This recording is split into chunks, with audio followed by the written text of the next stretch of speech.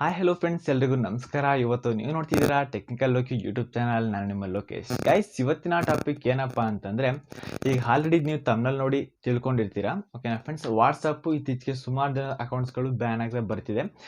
ಇದು ಅವರು ಮಿನಿಮಮ್ ಒಂದು 1 hour ಬ್ಯಾನ್ ಮಾಡ್ತಾ ಇದ್ದಾರೆ.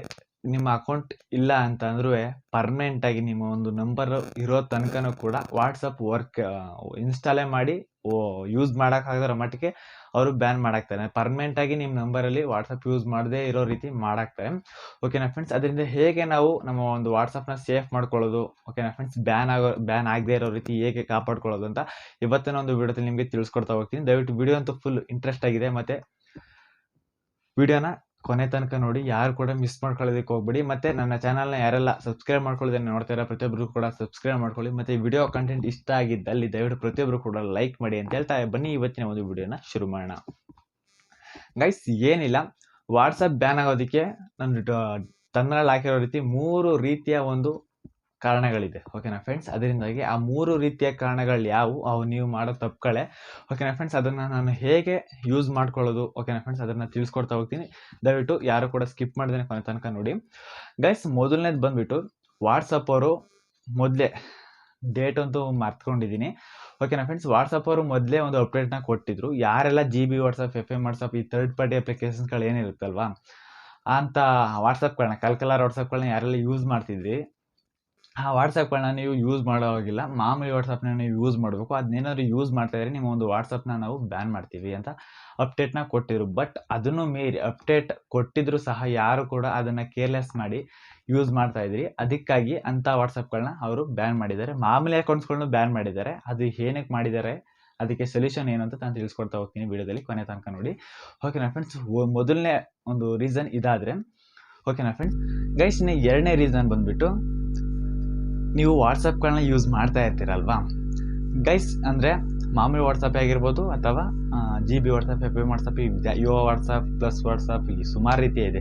ಇವ್ಯಾವೇ ಒಂದು ವಾಟ್ಸಪ್ಗಳನ್ನ ನೀವು ಯೂಸ್ ಮಾಡ್ತಿದ್ರೆ ಗೈಸ್, ಏನಿಲ್ಲ, ಒಂದು ರೀಸನು ಎರಡರಲ್ಲಿ ಯಾವುದು ಅಂತಂದರೆ, ಇವಾಗ ಯಾವುದಾದ್ರು ಒಂದು ಹೊಸ ನಂಬರಿಂದ ಮೆಸೇಜ್ ಬಂತು ಅಂತ ತಿಳ್ಕೊಳ್ಳಿ. ಓಕೆನಾ ಫ್ರೆಂಡ್ಸ್, ಇವಾಗ ಹೊಸ ಮೆಸೇಜಿಂದ ಹೊಸ ನಂಬರಿಂದ ಮೆಸೇಜ್ ಬಂತು ಅಂತ ತಿಳ್ಕೊಳ್ಳಿ. ಓಕೆನಾ, ಅದು ನಿಮ್ಗೆ ಗೊತ್ತಿರ್ಬೋದು, ಗೊತ್ತಿಲ್ಲದೇ ಕೂಡ ಇರ್ಬೋದು. ಓಕೆನಾ, ಅದರಿಂದ ಬಂದಂಥ ಮೆಸೇಜ್ಗೆ ನೀವು ರಿಪ್ಲೈ ಕೊಡದೇ ಇರುವಂಥ ಒಂದು ಟೈಮ್.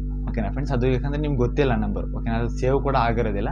ಆದರೂ ಕೂಡ ಥರ್ಡ್ ಪಾರ್ಟಿ ಅಪ್ಲಿಕೇಶನ್, ಯಾಕೆಂತಂದರೆ ಇದು ಒಂದು ಬೇರೆಯವ್ರ ಕಂಟ್ರೋಲಲ್ಲಿ ಇರುವಂಥ ಒಂದು ಅಪ್ಲಿಕೇಶನ್ಸ್ಗಳಾಗಿರುತ್ತೆ. ಅದರಿಂದಾಗಿ ನಿಮ್ಮ ಒಂದು ಪ್ರತಿಯೊಂದು ರೆಕಾರ್ಡ್ಸ್ಗಳಾಗಿರ್ಬೋದು, ಒಂದು ಡೀಟೇಲ್ಸ್ಗಳಾಗಿರ್ಬೋದು, ಅವ್ರು ನೋಡ್ತಾ ಇರ್ತಾರೆ. ಓಕೆನಾ ಫ್ರೆಂಡ್ಸ್, ಯಾವ ಒಂದು ಟೈಮಲ್ಲಿ ಬೇಕು ಅವ್ರಿಗೆ, ಯಾವ ಒಂದು ಟೈಮಲ್ಲಿ ಯೂಸ್ ಆಗುತ್ತೆ ಆ ಟೈಮಲ್ಲಿ ಆ ಒಂದು ವಾಟ್ಸಪ್ ಅಕೌಂಟ್ಸ್ಗಳನ್ನ ಅವ್ರು ಯೂಸ್ ಮಾಡ್ಕೊಳ್ತಾರೆ ಅಲ್ವಾ.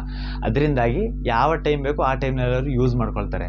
ಅದರಿಂದಾಗಿ ಯಾವುದೇ ಒಂದು ನಂಬರಿಂದ ಬಂದಂತಹ ಮೆಸೇಜ್ಗಳು ನೀವು ರಿಪ್ಲೈ ಕೊಡೋದಿಲ್ವಲ್ಲ, ಆವಾಗ ಅದು ಗೊತ್ತಿಲ್ಲದ ಮೆಸೇಜ್ ಗೊತ್ತಿಲ್ಲದ ನಂಬರಿಗೆ ಬಂದಿರೋ ಒಂದು ಕಾರಣದಿಂದಾಗಿ, ಅದರಿಂದಾಗಿ ಆ ಒಂದು ಟೈಮಲ್ಲಿ ಕೂಡ ನೀವು ರಿಪ್ಲೈ ಕೊಡದೇ ಇರುವಂಥದ್ದು ಅದೊಂದು ಎರಡನೇ ರೀತಿಯ ಕಾರಣ ಆಗಿರುತ್ತೆ. ಅದರಿಂದನೂ ಕೂಡ ಬ್ಯಾನ್ ಆಗುವಂಥ ಚಾನ್ಸಸ್ ತುಂಬಾ ಇರುತ್ತೆ.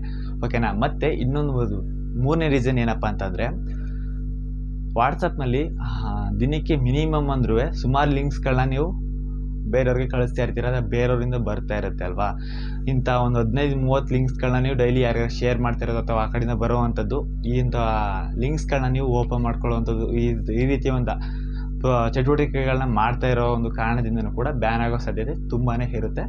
ಒಟ್ಟು ಈ 3 ರೀಸನ್ಸ್ಗಳು ತುಂಬಾ ವಾಟ್ಸಪ್ ಯೂಸ್ ಮಾಡೋರ ಮೇಲೆ ಬೀರಿದೆ. ಅದರಿಂದಾಗಿ ಈ ಒಂದು 3 ಕಾರಣದಿಂದ ಇನ್ನೂ ಸುಮಾರಿದೆ, ಬಟ್ ಮೇನ್ ರೀಸನ್ಸ್ಗಳು ಈ 3 ಆಗಿರುತ್ತೆ. ಅದರಿಂದಾಗಿ ಒಂದ್ಸಲ ಚೆಕ್ ಮಾಡ್ಕೊಳ್ಳಿ, ನೀವೇ ಅಬ್ಸರ್ವ್ ಮಾಡಿ.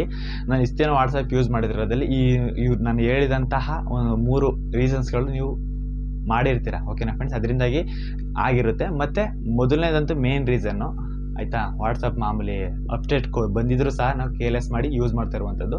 ನಾನು ಅಷ್ಟೇ ಮೊದಲು FM ವಾಟ್ಸ್ ಯೂಸ್ ಮಾಡ್ತಾಯಿದ್ದೆ. ನಾನು ಏನು ಬ್ಯಾನ್ಕಿನ್ ಏನೂ ಆಗಿರಲಿಲ್ಲ. ನಂದು ಡೈರೆಕ್ಟ್ ಇದ್ಕಿದ್ದಂಗೆ ನೈಟ್ ಮೊಬೈಲ್ ಯೂಸ್ ಮಾಡಿ ಬೆಳಿಗ್ಗೆ ಎದ್ದು ನೋಡೋಷ್ಟಿಗೆ ಫುಲ್ ವಾಟ್ಸಪ್ ಫುಲ್ಲು ಲಾಗೌಟ್ ಆಗಿ ಎರೇಸ್ ಆಗೋಗಿತ್ತು. 3 ವರ್ಷದಿಂದ ನಾನು ಒಂದು ಸಲನೂ ಕೂಡ ವಾಟ್ಸಪ್ನ ಡಿಲೀಟ್ ಮಾಡಿರಲಿಲ್ಲ. ಅದನ್ನೇ ಯೂಸ್ ಮಾಡ್ತಿದ್ದೆ, ಅಪ್ಡೇಟ್ ಕೊಟ್ಕೊಂಡು ನೀಟಾಗಿ ಯೂಸ್ ಮಾಡ್ತಿದ್ದೆ. ಬಟ್ ಏನೂ ಪ್ರಾಬ್ಲಮ್ ಇಲ್ಲ. ಇದ್ಕಿದ್ದಂಗೆ ಒಂದೇ ದಿನಕ್ಕೆಲ್ಲ ಎರೇಸ್ ಆಗೋಯ್ತು.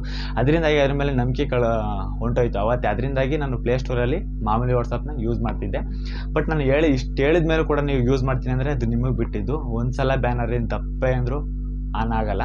ಅದರಿಂದಾಗಿ ದಯವಿಟ್ಟು ಯಾರು ಕೂಡ ಮಿಸ್ ಮಾಡ್ಕೋಬೇಡಿ.